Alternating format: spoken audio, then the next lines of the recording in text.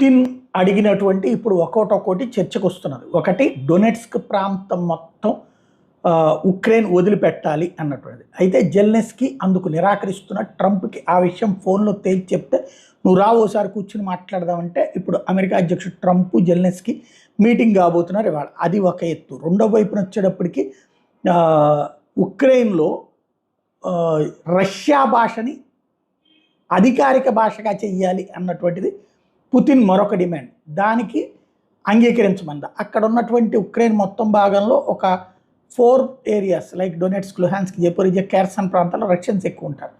But మొత్తం దేశం అంతా లేరు కాబట్టి రష్యన్ లాంగ్వేజ్ ఇంకోటి రష్యాను తొక్కేయాలనుకుంటున్నది కాబట్టి ఉక్రెయిన్ దాన్ని పక్కన పెట్టించింది. ఇప్పుడు అది తమ భాషని రెండవ అధికారిక భాషగా ప్రకటించాలి అన్నటువంటిది ఇప్పుడు అడుగుతున్నటువంటి పాయింట్. మరి అందుకు అంగీకరిస్తాడా జెలెన్స్కీ లేదా అన్నటువంటిది తేలాల్సి ఉంది. అమెరికా